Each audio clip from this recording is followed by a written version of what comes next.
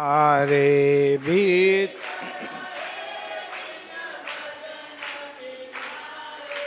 राम राम बोलो मन हरे राम बोलो रे राम।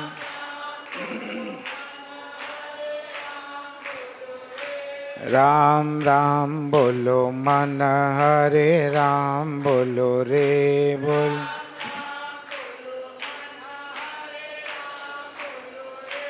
बोलो बोलो बोलो मन हरे कृष्णा बोलो रे बोलो।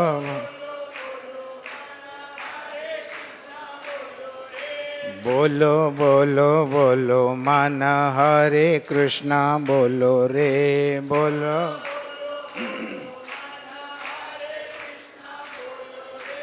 राम राम बोलो मन हरे राम बोलो रे राम।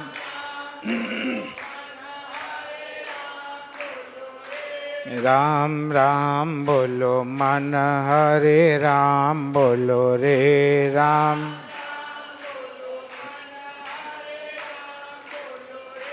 बोलो बोलो बोलो मन हरे कृष्णा बोलो रे बोलो।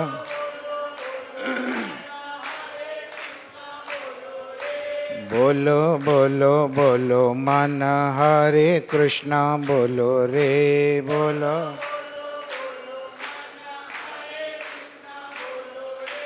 बोलो बोलो बोलो मन हरे कृष्णा बोलो रे बोलो बोलो।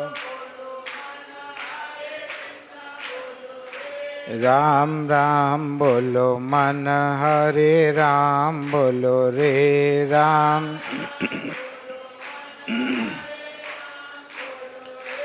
राम राम बोलो मन हरे राम बोलो रे राम।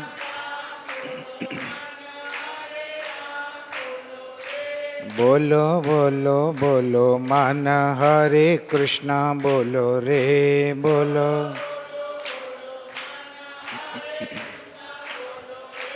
बोलो बोलो बोलो मन हरे कृष्णा बोलो रे बोलो।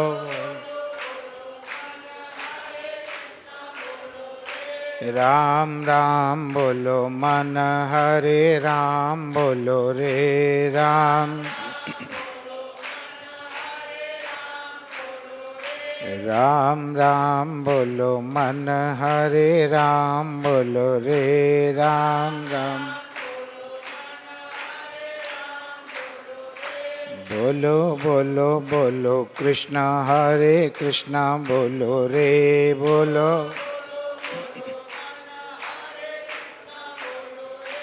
बोलो बोलो बोलो कृष्णा हरे राम बोलो रे बोलो।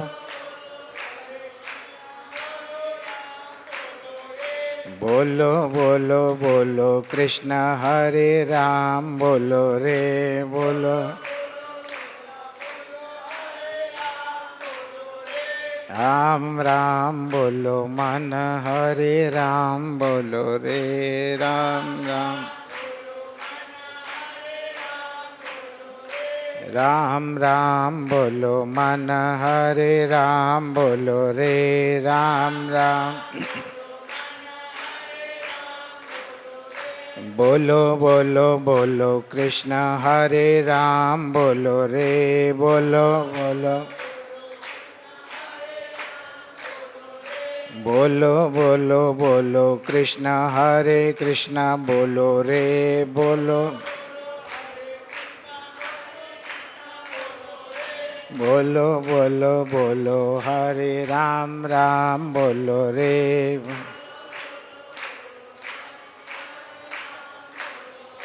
राम राम बोलो मन हरे राम बोलो रे राम। राम राम बोलो मन हरे राम बोलो रे राम। बोलो बोलो बोलो मन हरे राम बोलो रे बोलो बोलो। बोलो बोलो बोलो कृष्ण हरे कृष्ण बोलो रे बोलो। बोलो बोलो बोलो हरे कृष्ण कृष्ण बोलो रे। राम राम बोलो मन हरे राम बोलो रे राम।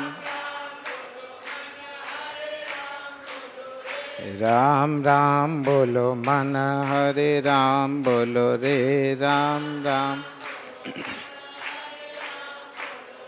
बोलो कृष्ण कन्हैया लाल की। पुरुषोत्तम भगवान की जय।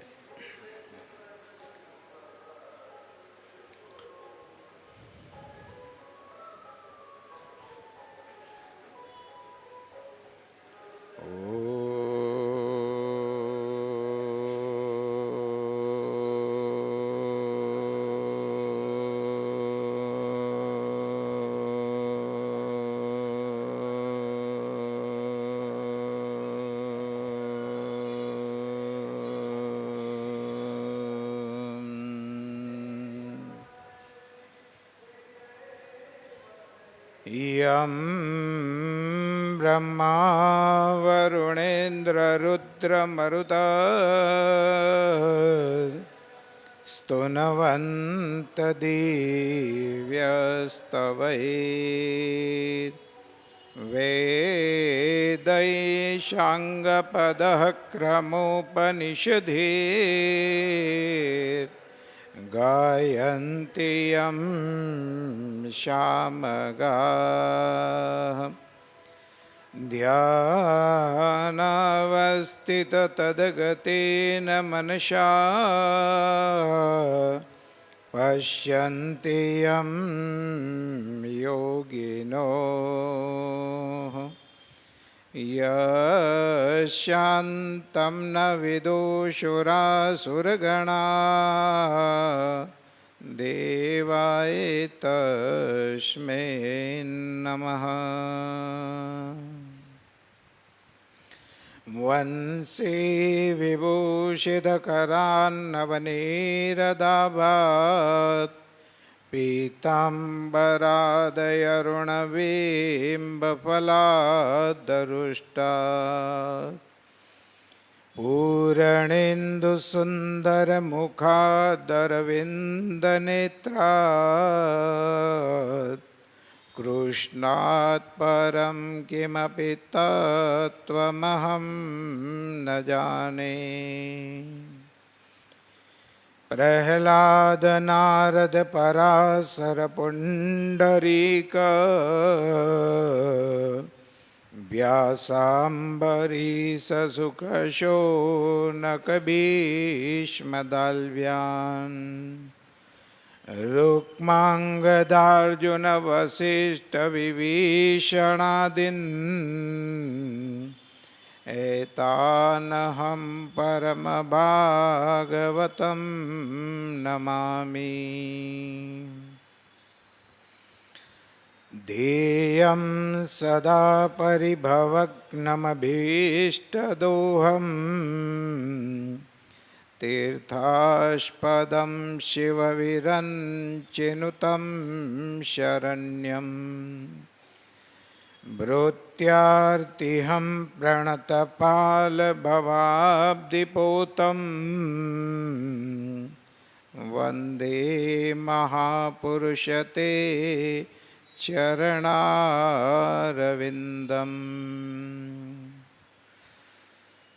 अखिलदुरितपुञ्जं ध्वंसनं देहभाजाम्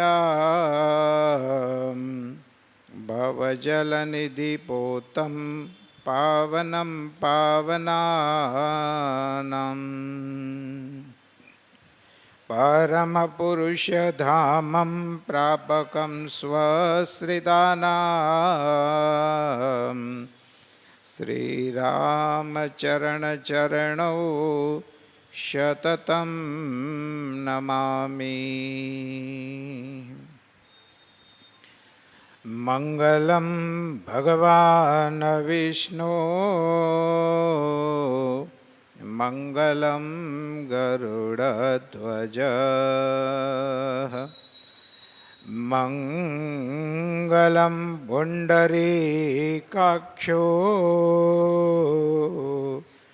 मङ्गलायतनो हरिः गुरुर्ब्रह्मा गुरुर्विष्णु गुरुर्देवो महेश्वरः गुरुर्साक्षात् परब्रह्म तस्मै श्री गुरवे नमः। सुख का सागर राम है, दुख का भंजनहार। राम चरण तजिए नहीं, भजिए बारंबार।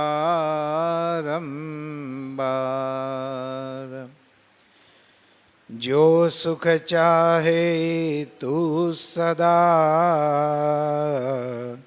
शरण राम की ले। कह नानक मेरे मना, यह दुर्लभ मानुष दे।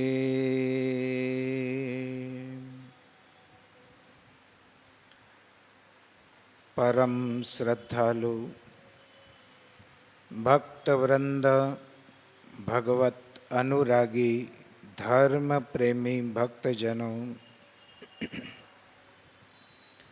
जगत जननी माता स्वरूपा, भक्ति स्वरूपा, शक्ति स्वरूपा माता और बहनों, सर्वप्रथम श्री सद्गुरु महाराज जो ज्ञान के दाता, बुद्धि के प्रदाता, ऐसे श्री सद्गुरु महाराज के श्री चरण कमलों में शत कोटि कोटि प्रणाम।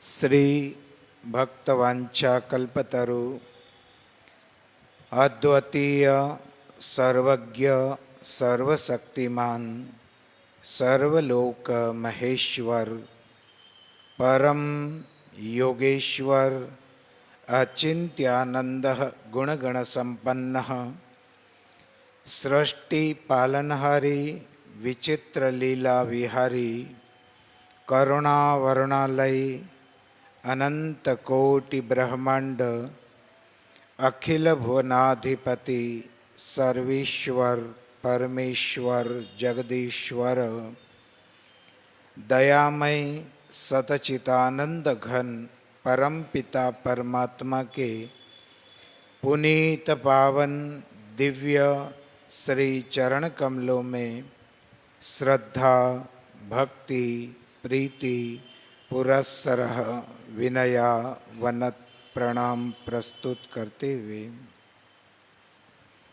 वीतरागी नामलिहारी आप्तकाम जीवन मुक्तः स्वामी जी श्री रामचरण जी महाराज के पुनीत पाद चरण कमलों में नमन करते हुए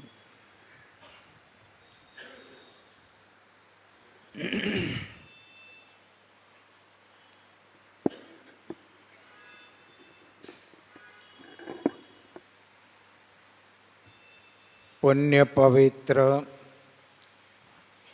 पुरुषोत्तम मास के संध्याकालीन वेला में भगवान श्री पुरुषोत्तम के पावन चरण कमलों में प्रणाम करते हुए भगवान श्री पुरुषोत्तम की महिमा का विस्तार सहित व्यास जी महाराज ने जो हमारे लिए एक अद्भुत महिमा पुरुषोत्तम मास की बताई है।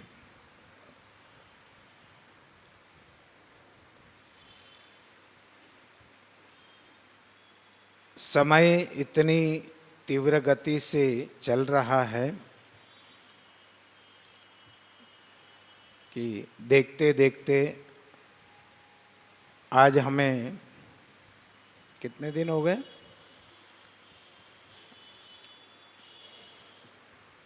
25 दिन। ठीक है, आज कितनी तीव्र गति से समय जा रहा है। कर लिया सो काम और भज लिया सो राम। बोलो तो सही, पाप लगेगा। पुरुषोत्तम है, ऐसा नाम नहीं बोलने का, नहीं तो पाप लगता है। कर लिया सो काम और भज लिया सो, फिर भी देखो कोई के पड़ोसी बोल देगा ये मैंने तो आज 11 से मैंने कुछ खाया नहीं सवेर से।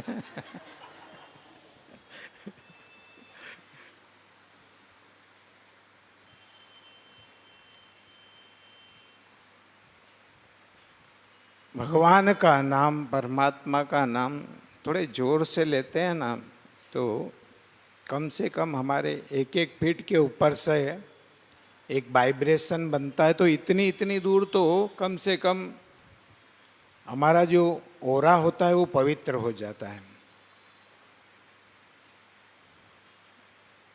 तो भगवान श्री पुरुषोत्तम की महिमा आज इतने दिन से हम कर रहे हैं, चल रही है। कैसे इस व्रत को किया जाता है, किसने किया है, किन किन किन लोगों को फल मिला है, और जिन जिन लोगों ने इसको विधि पूर्वक किया है उन लोगों को इसका बहुत अनंत अनंत गुना लाभ प्राप्त हुआ है।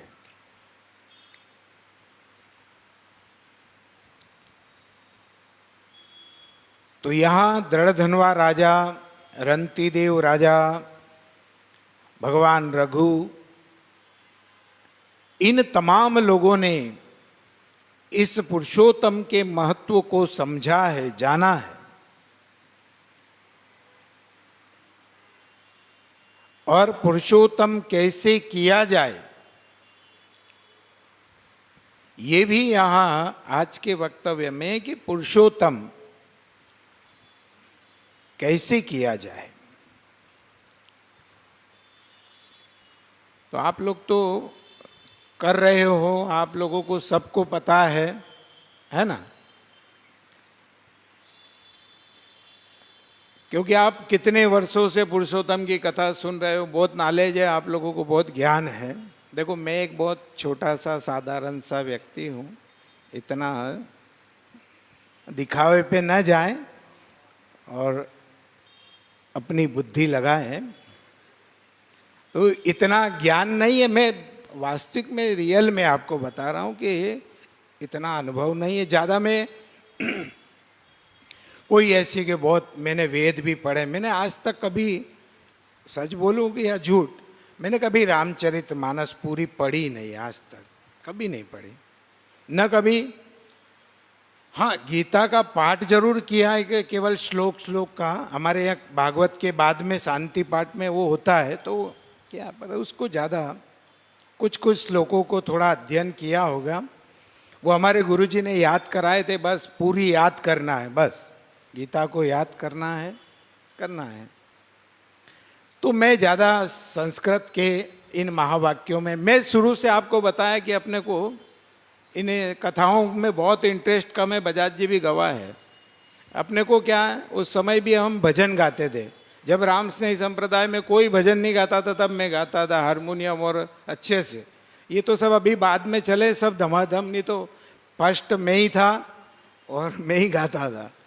और मैं केवल बस, और अपना दूसरा ही काम है कि भाई ये कथा का इतना ज्ञान नहीं है, नॉलेज नहीं है, पर अंत में हमारे गुरुजी ने आशीर्वाद दिया, उनकी कृपा है कि जिनके आशीर्वाद से बहुत कुछ अपने आप उनके आशीर्वाद से मेरे को प्राप्त है।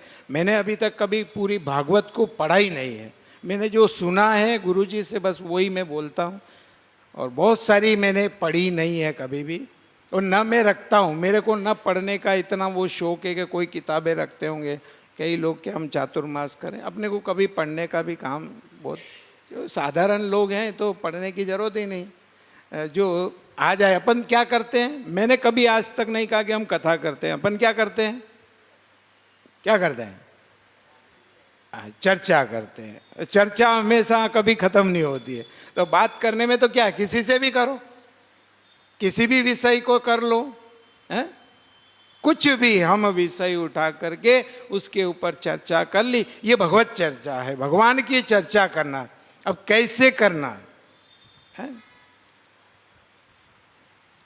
अब इसमें विधि की आवश्यकता नहीं है कि है।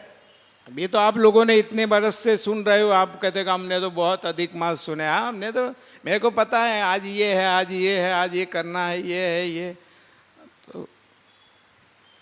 पर पुस्तक में लिखा है देश काल, ये देश काल को कोई विचारता नहीं है, खाली बस लिखा है, इसमें लिखा है, इसमें लिखा है, लिखा है, क्या लिखा है।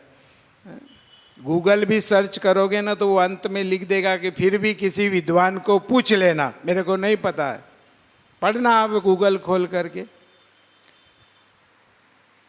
तो इसमें भी लिखा है कि देश काल परिस्थिति का विचार करते हुए इन व्रतों को तुम करोगे तो तुम्हारे जीवन में लाभ होगा। इसका जरूर विचार करना, चिंतन करना। और जिनकी भावना है, अब तुमने ये कर लिया, मैंने इसको भी अच्छे से 2-4 बार मैंने इसको पूरा पढ़ा कि भाई इसमें अधिक मास में क्या है ऐसा। ये लोग बोलते हैं कि हम करते हैं, इसकी विधि आई है आज की जो है ना कि अधिक मास को कैसे किया जाए, कैसे करना चाहिए। तो उस विधि में पढ़ने पर कई स्त्रियों का तो नाम ही नहीं आया, उसमें तो भाई पुरुष का ही बताया गया कि यज्ञोपवीत धारण करना, ये करना, वो करना। माफ़ करना, जो भी कोई विद्वान हो तो अपने को कोई दिक्कत नहीं है, पुस्तक पढ़िए, पढ़ ले आँख खोल करके। इसमें अधिकतर सारे पुरुषों के लिए बताया गया। पवित्र पुरुषोत्तम मास जो है ये पुरुष को करना चाहिए। और मैं तो आपको कहता है, मनुस्मृति में तो स्पष्ट लिखा है स्त्री को कभी भी व्रत की आवश्यकता ही नहीं पड़ती। वो तो एक खुद क्या है, एक खुद ही जब विद्युत ऊर्जा, जिनके हाथ में तो बहुत कुछ शक्तियां हैं, उसे तो व्रत करने की आवश्यकता नहीं पड़ती है। सती साध्वी, अब देखो आपके लिए नहीं कह रहा मैं, आप गलत मत ले लेना, स्त्रियों की बात है। आप कौन है?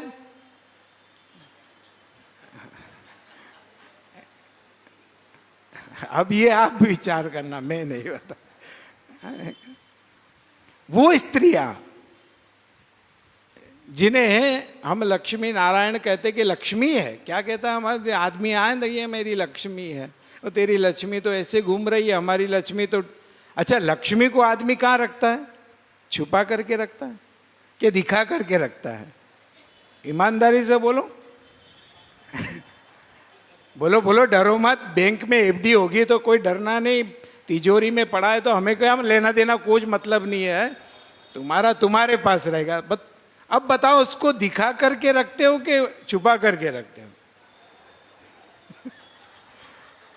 वो ये लक्ष्मी तो तुम्हारी खुली घूम रही है।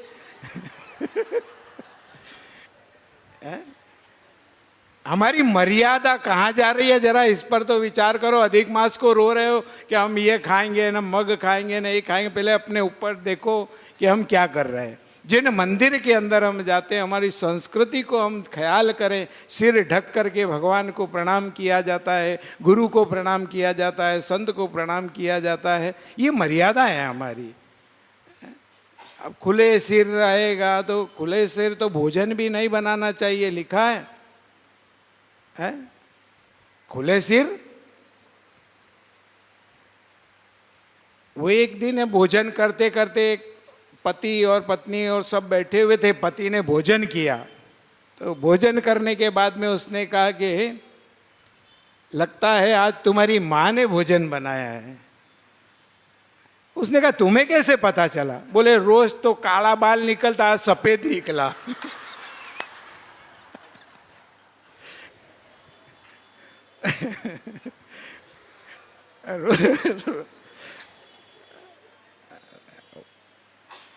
तो ये सिर ढक करके भजन बनाते समय भी क्यों, ये मर्यादा है।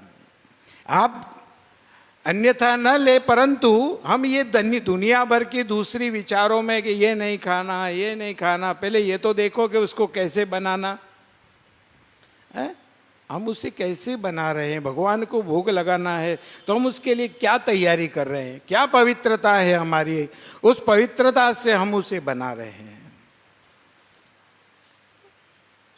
और या फिर हमारा इतना सरलता हमारे जीवन में आए, इतनी सरलता है कि वो स्वीकार परमात्मा कर ले, या तो हमारा मन इतना निर्मल हो कि उसे भगवान स्वीकार कर ले।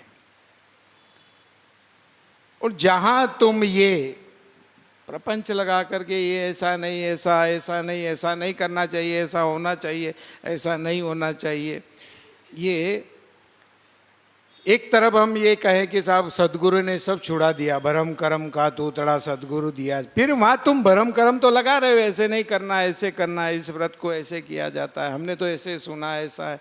अरे विचार करो, चिंतन करो कि क्या है, कहाँ सत्य है, कहाँ। कई लोग जिसे जानते ही नहीं है कि क्या करना चाहिए।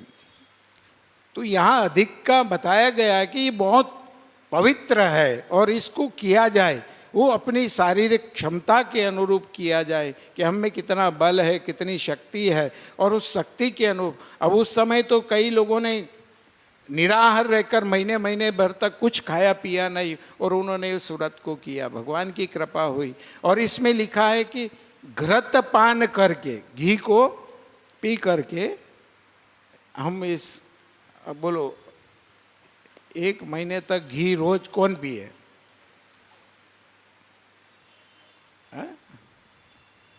फिर कुछ खाना पीना कुछ भी नहीं, केवल घी पीना, घृत पान करके, खीर बना करके दुग्ध के साथ।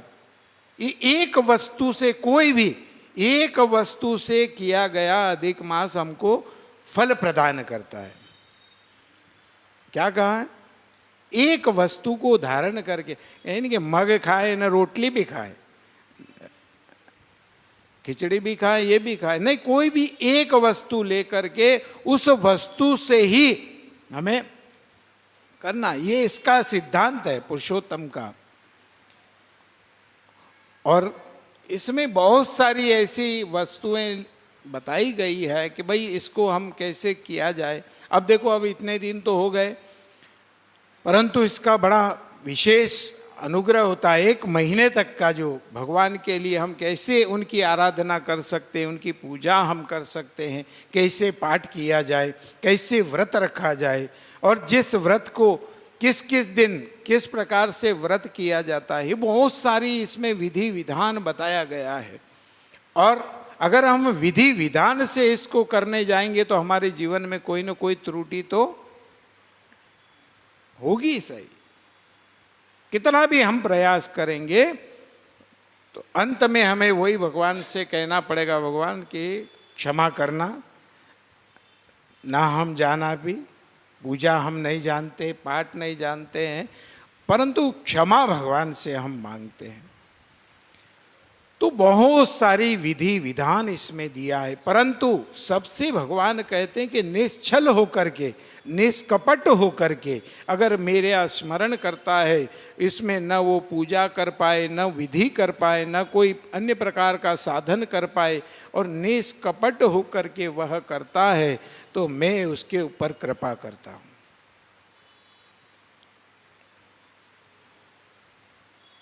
मन हमारा पवित्र होना चाहिए, निर्मल होना चाहिए। निर्मल हो गया ना तो अपने आप भगवान की प्राप्ति हो जाती है। आज 11 से देखो, एक भगवान का बहुत बड़ा भक्त का उदाहरण है। तो एक परिवार के अंदर रहने वाला एक लड़का था, तो किसी किसी की कैपेसिटी होती है, उसको भूख बहुत लगती है। जैसे भीमसेन था, भीमसेन ने उसके अंदर जो अग्नि थी वह इतनी तीव्र थी कि वो थोड़ी देर में जला करके भस्म कर देती। वो थोड़ी देर में फिर भोजन चाहिए था उसको। उसकी जठराग्नि इतनी तीव्र थी। तो कई लोगों की ऐसी जठराग्नि है, और उस अग्नि के अंदर, घर के अंदर रहने वाला, वो काम कुछ नहीं करता था, निठल्ला। घर के लोग कहते कुछ काम कर, कुछ काम कर, पर वो काम नहीं करता था। काम नहीं करता और बस थोड़ी थोड़ी देर में कुछ न कुछ खाने को चाहिए। तो वो दुनिया में काम सबको प्यारा होता है, चाम प्यारा नहीं होता है। कितना ही सुंदर है, बहुत खूबसूरत है दिखने में, और घर में बैठा रहे, काम नहीं करे तो वो प्यारा किसी को नहीं लगता है। और जो काम करता है वो सबको, हाँ, घर में 4 आदमी है ना, एक आदमी कमा रहा हो तो वो 3 को, वो औरत जो घर में जिसकी बड़ी है वो काम करता है तो वो उसको कहेगी देख हमारा आदमी काम करता है, तुम्हारे आदमी कुछ नहीं करते हैं। देखा? तो चाम प्यारा नहीं, चमड़ी प्यारी नहीं होती है, काम प्यारा होता है। काम जो जीवन में करता है वो सबको प्रिय होता है। ये घर में कुछ काम नहीं करता है, कोई इधर से उधर भोजन कर ले तो थाली भी नहीं सरकाए, इतना। ऐसे उस व्यक्ति को अब घर में लोगों ने बहुत बार उसको कहा, परंतु वो तो सुनने को ही तैयार नहीं, समझने को तैयार नहीं। तो घर वालों ने देखा कि ऐसे व्यक्ति को घर में, ये काम का न काज का, दुश्मन अनाज का है। हमारे इधर की कहावत है मालवे की कि काम का न काज का और दुश्मन अनाज का। देखो तो दिन में 4 बार खाए, 5 बार खाए, बस पेटू राम की तरह खाए जाए, काम कुछ नहीं करे। न वो गायों का ध्यान रखता है, न बेलों का ध्यान रखता है, न कोई घर के अंदर कोई एक्टिविटी, कुछ नहीं। इस प्रकार का वो नाम उसका घर के अंदर सब भोला भोला उसको कहते थे। कि क्या कहते थे? भोला, भोला है, भोला है, भोला है। माता पिता थे जब तक तो भोला की पूछ परख थी कि भाई ठीक है, माता पिता के चले जाने के बाद में जो देवी आती है वो घर में, बोले कुछ काम नहीं करता है, इसको भगाओ यहाँ से, घर से, बोले हमारे यहाँ नहीं रहना। एक दिन इतना विशेष झगड़ा हो गया कि इन महिलाओं ने मिलकर के, भाइयों ने मिलकर के भोले से कहा, भोला आज से तेरा हमारा कोई संबंध नहीं है, कोई लेना देना नहीं, तू जाने, तेरा काम जाने, हमारे घर आने की जरूरत नहीं है। अगर तू काम नहीं करता है तो हमारे यहाँ आने की जरूरत नहीं है, जा निकल। तो बेचारा निकल गया, विचार करने लगा कहाँ चले चले चले चले। चलते चलते चलते आगे गया तो आगे एक आश्रम के बाहर एक महात्मा जी बैठे थे, अच्छे मोटे ताजे भूले गाल के, ऐसे मस्त संत बैठे हुए थे, और उनके साथ भगत लोग भी बैठे हुए थे। महात्मा जी को देख करके इसने देखा, यार ये बहुत अच्छे महाराज मोटे ताजे हो रहे हैं, यानी कि खाने को अच्छा मिल रहा है, अच्छे दिख रहे हैं, तो खाने की व्यवस्था तो अच्छी होगी। तो उसने भी आकर के गुरुजी को प्रणाम किया। गुरुजी से कहा, महाराज देखा अंदर तो अंदर और भी चेले घूम रहे हैं और मस्त भंडारे चल रहे हैं, वहाँ तो लोग आ रहे हैं, जिम रहे हैं, भंडारे चल रहे हैं, और पास लेने की भी जरूरत नहीं, बस जिमो।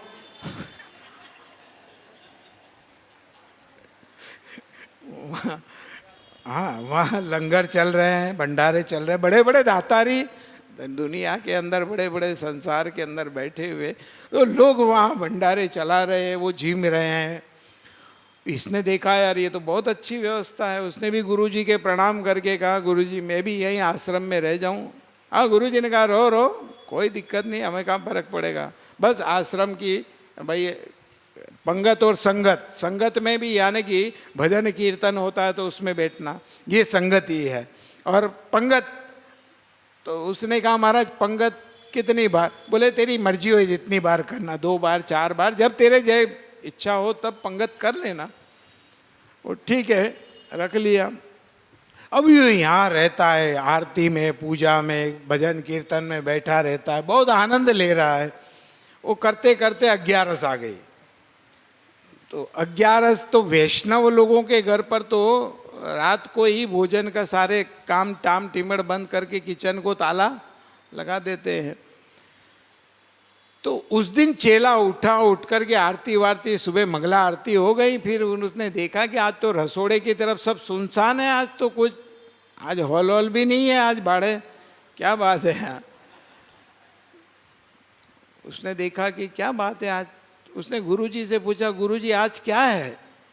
गुरुजी ने कहा, अरे बेटा तू नया आया है ना, तेरे को मालूम नहीं है, आज 11 है, 11 एकादशी है, तो आज भंडारा होगा, पंगत वंगत। बोले बेटा आज तो हमारे यहाँ कुछ भी नहीं, भगवान को सिर्फ तुलसी चरणामृत से ही भोग लगाया जाता है। ओहो, ये भगत ने देखा कि यहाँ भी मुसीबत है। हम तो समझे थे कि रोज भंडारा होगा, तो बोले यहाँ भी।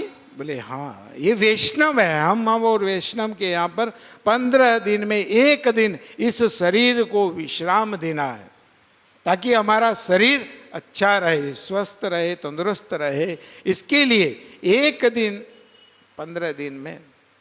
उसने कहा, गुरुजी ये इतने भगत लोग बैठे, इनसे करवाओ 11, मेरे से थोड़ा ही हो गई, मैं तो अभी नया नया हूँ, मेरे से तो भूखा नहीं रहा जाएगा गुरुजी। गुरुजी ने देखा बेचारा भोला भाला है, तो एक काम करो भाई, इसको भंडारी से कहा, भंडारी इसको आटा सामान दे दे।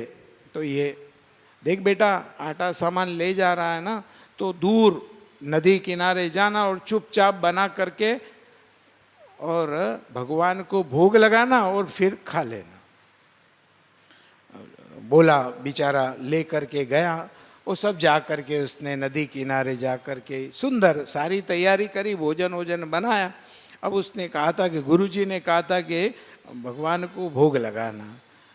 अब बेचारा थाली वाली सजा करके बैठ गया और भगवान से वो प्रार्थना करने लगा, भगवान को विनती करता है, भगवान आइए, ये भोजन तैयार है। तो भगवान के लिए उसने विनती करी, प्रार्थना करी भगवान को। और देखो बहुत देर हो गई, भगवान तो कोई इतनी जल्दी थोड़े ही आए। तो भगवान से बार बार प्रार्थना करता है, बार बार विनती करता है, हे भगवान पधारो, हे भगवान। प्रार्थना करते करते भोजन तैयार है। भगवान आप ये सोच रहे हो कि आज वहाँ मंदिर में कुछ मिलेगा, आश्रम में गुरुजी के पास मिलेगा, तो आज गुरुजी के पास भी कुछ नहीं है। और हाँ, यहाँ पर भी जो मैंने बनाया, मेरे को इतना ज्ञान नहीं है, पर रूखा सूखा बना है। ये भोग आप जल्दी से आकर के, मेरे को भी बड़े जोरों से भूख लग रही है, जल्दी से आप आओ और आकर के इस भोजन को आप स्वीकार करें। तो भगवान की प्रार्थना करी, उसका हृदय स्वच्छ था, निर्मल था। क्या चमत्कार हुआ कि भगवान आ गए। भगवान आए, आकर के बैठ गए। उसने कहा, महाराज बड़ी देर कर दी आपने, बहुत देर लगाते हो आप। भगवान ने कहा, हाँ थोड़ा व्यस्त था मैं। तो बोले चलो भोग लगाओ। अब इस भगत ने देखा कि ये तो भगवान आ गए यार, मैं तो ऐसे ही समझ रहा था कि आएंगे कि नहीं आएंगे, ये तो आ गए। अब ये भोजन तो थोड़ा है, इतना तो भोजन मेरे को ही चाहिए, ये तो बड़ी गड़बड़ हो गई। तो ठीक है, फिर भी चेहरे पर मुस्कुराहट करते हुए कहने लगा, महाराज भोग लगाओ। भगवान ने 1-2 नवाले खाए, भगत ने भी खाया और वापस आश्रम में आ गए। फिर थोड़े दिन के बाद 11 फिर आई। गुरुजी से कहा, महाराज अब की बार थोड़ा आटा ज़्यादा देना, भगवान आते हैं तो कम पड़ता है। तो गुरुजी ने देखा कि ये चेला बेचारा भूखा रह गया होगा, तो भाई इसको थोड़ा जितना ज़्यादा मांगे इतना आटा दे देना, तो थोड़ा ज़्यादा दे दिया। वो ज़्यादा आटा दे करके वो भगत बेचारा आया वहाँ, मज़े से प्रेम से भगवान का नाम लेते हुए उसने फिर भोजन बनाया। भोजन बना करके थाली धर करके और भगवान को उसने फिर याद किया, भगवान को प्रार्थना करी। और पिछली बार कह दिया था, महाराज देर मत करना, जल्दी ऐसे ही बुलाऊँ ना तो जल्दी से आ जाना, क्यों देर होती है, ये भोजन भी ठंडा हो जाए, मज़ा नहीं आए। तो जैसे ही भक्त ने आज भोजन बनकर तैयार हुआ, जल का लोटा रखा, पाटा रखा और भोग लगाने के लिए आंख बंद करके भगवान का स्मरण किया, तो भगवान आ गए। पर भगवान आए तो आए, पर साथ में लक्ष्मण जी भी आए।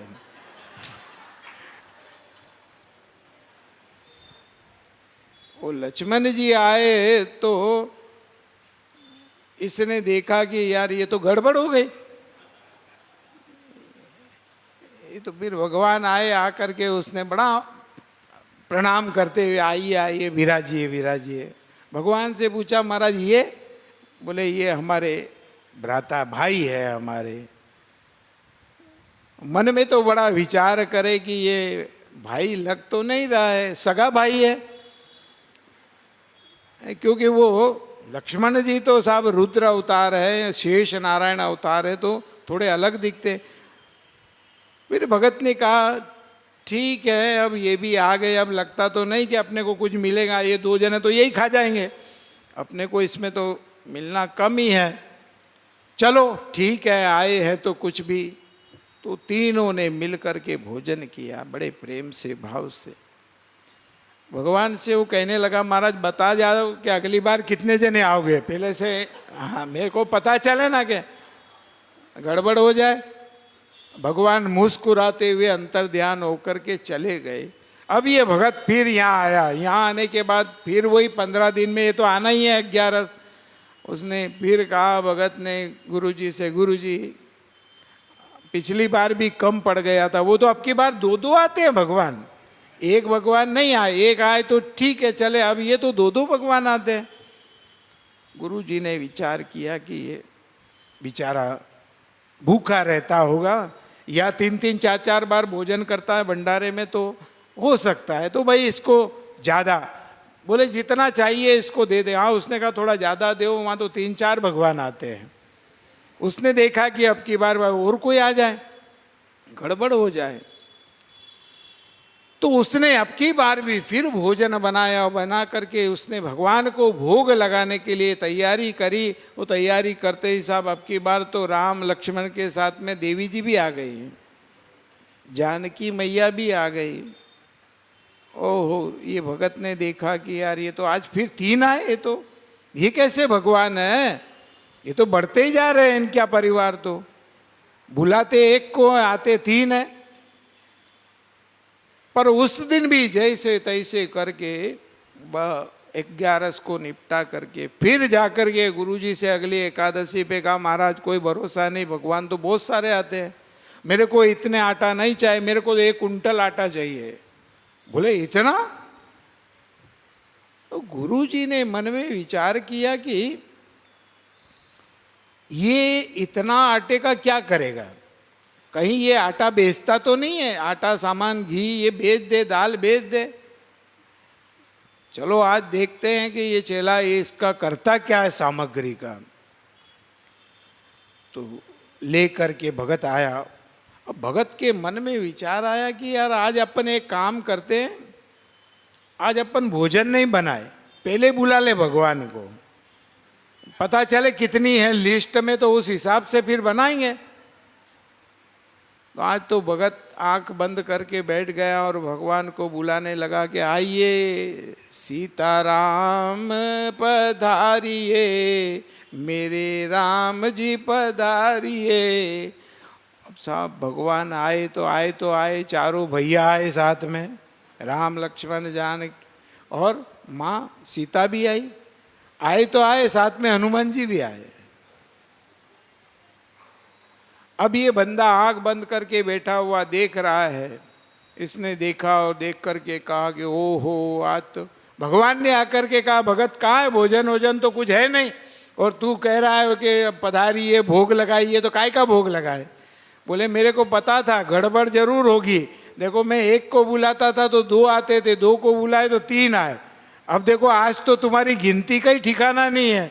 आज तो अगर मैं भोजन बनाता तो मेरे तो कुछ पल्ले ही नहीं पड़ता, मेरे तो भाग्य में ही नहीं होता। तो अब आज तो मैं बैठूंगा और आपको जिसको भोजन बनाना हो तो बनाओगे या मत बनाओ, ये सामान पड़ा है। अब माँ सीता, भरत जी महाराज, लक्ष्मण जी महाराज, ये चारों तीनों लगे हैं साहब रिद्धि सिद्धि के दाता।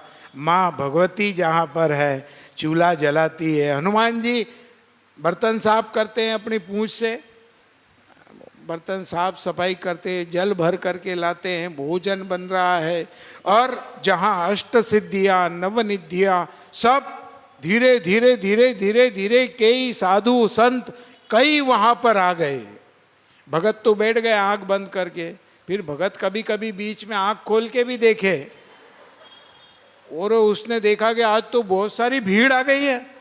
वो इतने जने ये भोजन करेंगे तो अपने तो कुछ मिलना ही नहीं है, ये कितने जने आ गए।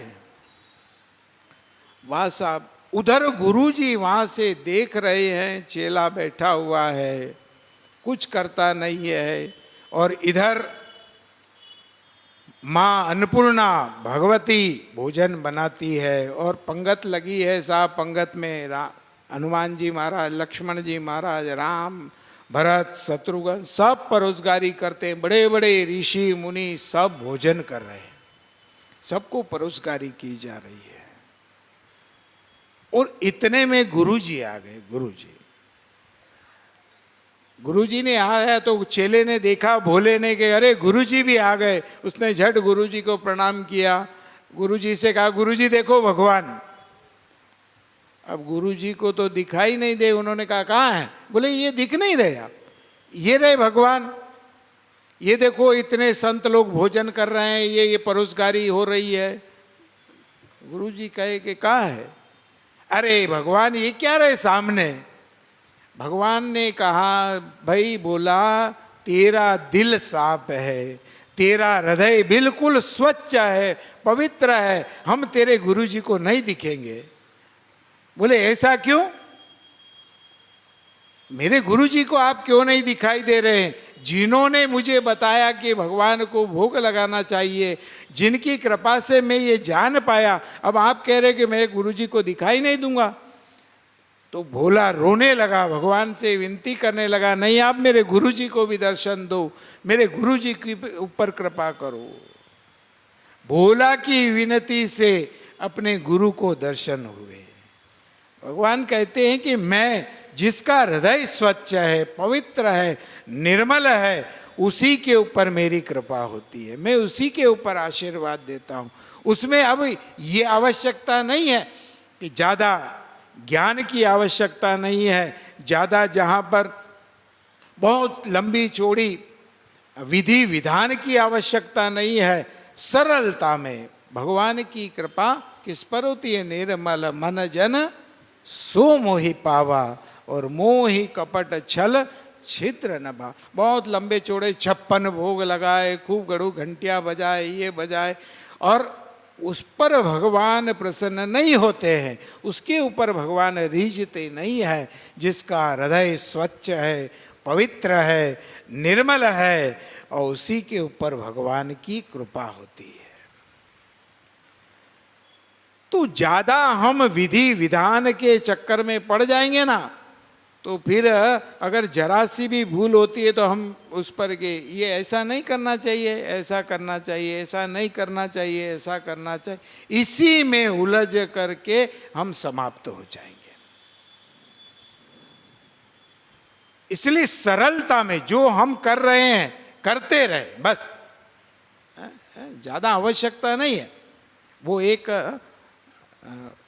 माँ भगवती का बहुत बड़ा उपासक था, बहुत बड़ा उपासक। तो वो उसने मन में विचार किया कि मैं माँ भगवती के लिए मंत्र उच्चारण करते हुए साधना करूं, तप करूं और यज्ञ करूं। तो वो रोज हाथ में यज्ञ वेदी के सामने बैठ करके भगवान की, माँ भगवती की रोज पूजा करता था। ओम मैम मैम क्लीम क्लीम चामुंडाई विच्चय स्वाहा, रोज इस प्रकार से मंत्र बोल करके और वो स्वाहा स्वाहा करता। कई दिनों तक चलता रहा, कई दिनों तक। एक दिन माँ भगवती प्रसन्न हो गई, कालका माँ सामने आई और कहा, हे बंद कर, गलत, ये जो तू कर रहा है ना ये गलत है। इस प्रकार से ये जो तू मंत्र उच्चारण कर रहा है ये मंत्र गलत है। क्या कहा माँ ने? उसने झट दोनों पांव माँ के पकड़ लिए, कहने लगे माँ अगर गलत था तो तू क्यों आई?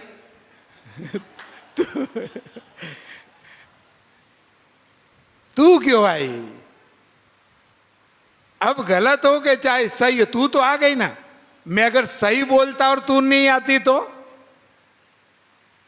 मां कहती है कि तेरे हृदय के अंदर कोई पाप नहीं है, तू निश्चल है, और तेरे भाव हृदय के हम क्या कर रहे हैं। एक बार मैंने मुरारी बापू की कथा में सुना कि ओम नमः शिवाय, ओम नमः शिवाय नहीं जप पाओ तो कपड़ा सिवाय, कपड़ा सिवाय ऐसे भी बोलो तो भी बोलो, महादेव जी का पुण्य लगता है। ये मैंने बापू की कथा में सुना था, उन्होंने बताया कि ऐसे भी बोल दिया ना तो बस इस पे भी आपको कृपा हो जाएगी। अब वहाँ ज़्यादा मगज लगाने की कहाँ जरूरत पड़ रही है। नहीं साहब, ये इसमें हलंत है कि दीर्घ है कि सूत्र है। तो वो कहता है कि माँ जब मैं गलत बोल रहा हूँ तू मेरे सामने आ गई, प्रकट हो गई। मैं इसीलिए तो मैं साधना कर रहा था कि तेरे दर्शन हो जाए। अब मुझे क्या चाहिए? अब चाहे गलत हो कि कुछ भी हो, मैंने जो किया वो सही है। उसने प्रणाम किया, माँ भगवती ने आशीर्वाद दे दिया। तो भगवान भी तुम्हारे हृदय के भाव देखते हैं कि तुम्हारे भाव कैसे हैं। ये बहुत ज़्यादा मगज लगाता है तो बोले इसको हटा एक तरफ, बहुत ज़्यादा ज्ञान की आवश्यकता नहीं है। भगवान जितने भी भक्तों को मिले हैं वो सरल निश्चल, ऐसे ही लोगों को भगवान की कृपा हुई। आप जितने भी उदाहरण उठा करके देख लो, चाहे भक्तमाल में देख लो, चाहे किसी भी पुराण में देखो, भक्तों को जब भगवान के दर्शन होते हैं ना, उनमें निश्चलता होती है, प्रेम होता है, और उस प्रेम के ऊपर भगवान रीझते हैं, न कि तुम्हारे डेकोरेशन के ऊपर। तो तुमके बहुत अच्छा श्रृंगार करेंगे, भगवान को अच्छा अच्छा भोग लगाएंगे तो भगवान की कृपा होगी। नहीं, इसकी भी आवश्यकता नहीं है। ये भगवान की भक्ति हम कर रहे हैं, बस ये बहुत है, पर्याप्त है।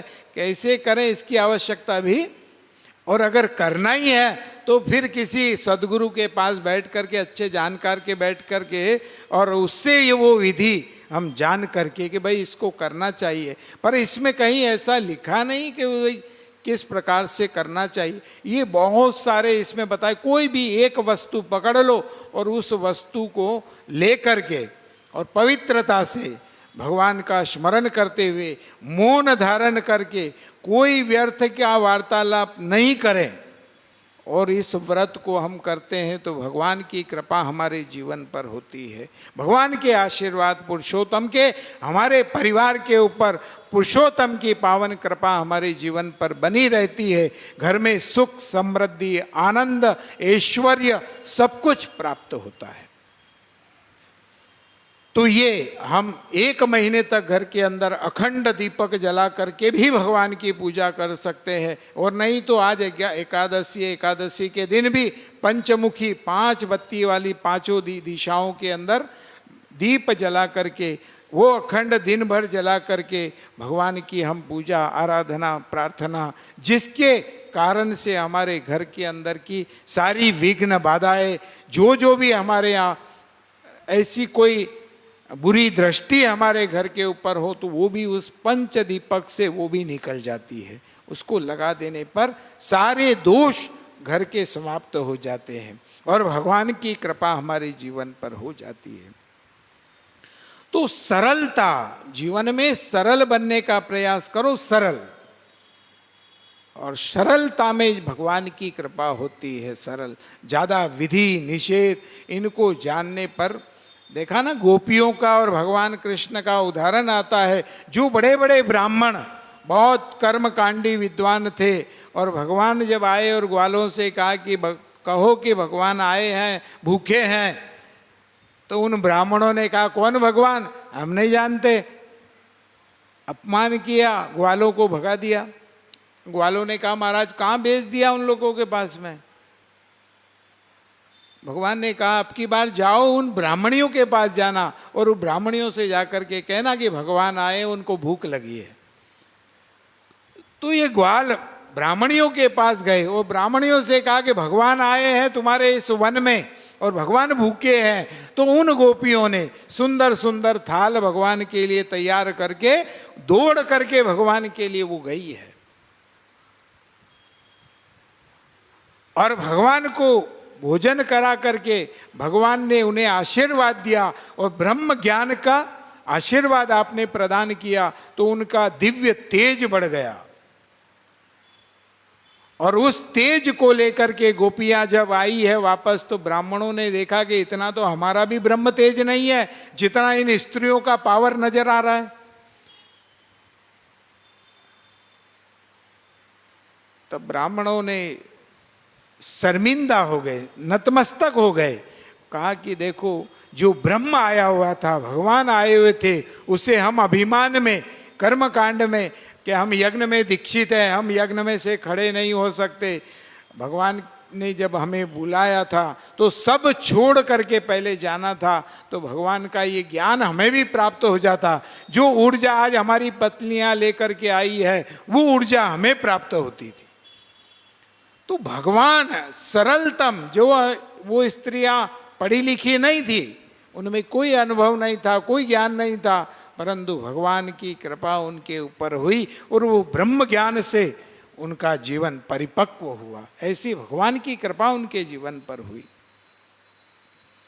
तो ये पुरुषोत्तम मास, इस पुरुषोत्तम मास को हम जैसे कर सके, जितनी सरलता में, जैसा हमारा शरीर मान करे। अब मैं कहूँ कि नहीं साहब आप तो कुछ मत खाओ और करो तो चले, हम तो कहें कि 3 बार खाओ पर ईमानदारी रखो, झूठ मत बोलो, बेईमानी मत करो, किसी की निंदा मत करो, है चुगली मत करो, प्याज खाओ भले लहसुन खाओ, कुछ भी खाओ, न किसी की बुराई कर दो तो फिर वो प्याज लहसुन तुम्हारा बेकार है।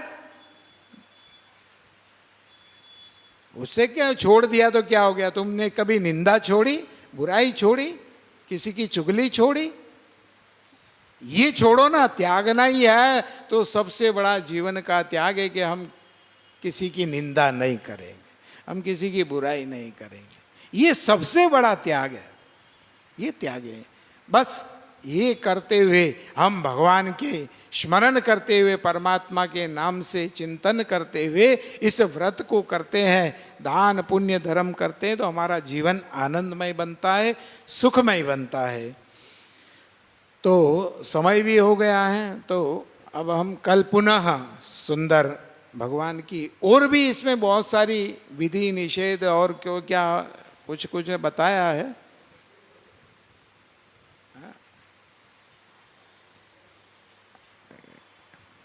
कुछ बोल रहे हैं?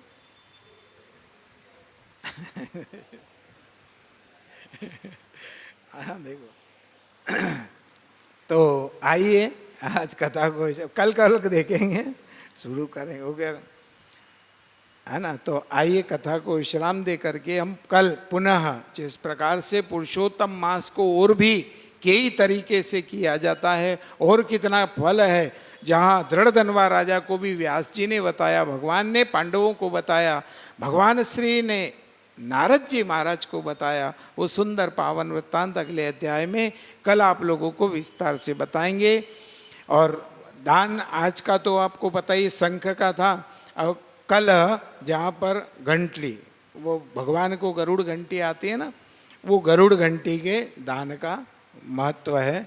अब देखो महंगी महंगी वस्तु आएगी, 3 दिन और है तो 3 दिन बहुत महंगे महंगे आएंगे, वो थोड़े हाँ थोड़ा सावधान हो जाना, होशियार हो जाना। तो आइए एक माला हम सब मिलकर के भाव से प्रेम से मिलकर गुणगान करें। बोलिए राम राम एक, राम राम, राम राम 5, राम राम 6, राम राम,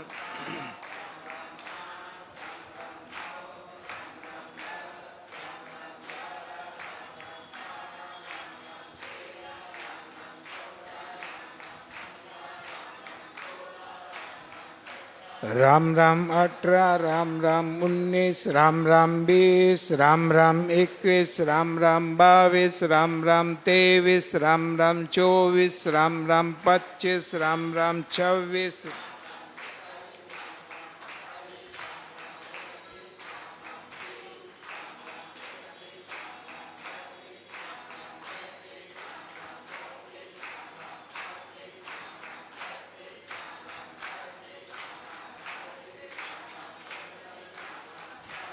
राम राम 41, राम राम 42, राम राम 43, राम राम 44, राम राम 45, राम राम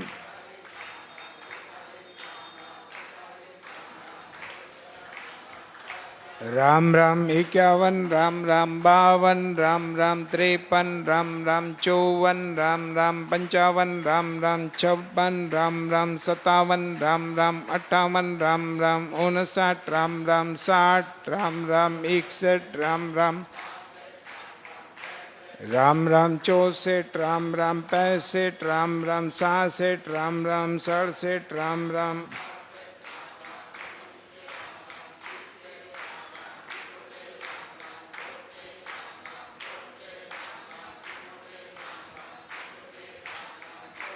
राम राम 77, राम राम 78, राम राम 79, राम राम 80, राम राम 81, राम राम 82, राम राम 83, राम राम 84, राम राम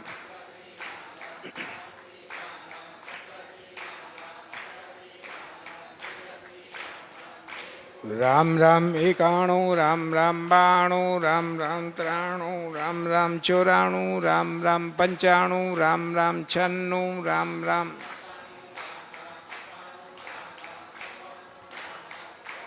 राम राम 1, राम राम 2, राम राम 3, राम राम 4, राम राम 5, राम राम 6, राम राम 7, राम राम 8। सर्वे भवन्तु सुखिनः, सर्वे सन्तु निरामयाः, सर्वे भद्राणि पश्यन्तु, मा कश्चित् दुःखभाग् भवेत्। ॐ शान्तिः शान्तिः शान्तिः। बोलो सच्चिदानंद भगवान श्री कृष्ण कन्हैया लाल, श्री पुरुषोत्तम भगवान स्वामी जी श्री रामचरण जी महाराज, स्वामी जी श्री भगवान दास जी महाराज, स्वामी जी श्री फकीरदास जी महाराज की, श्री राम निवास धाम राम।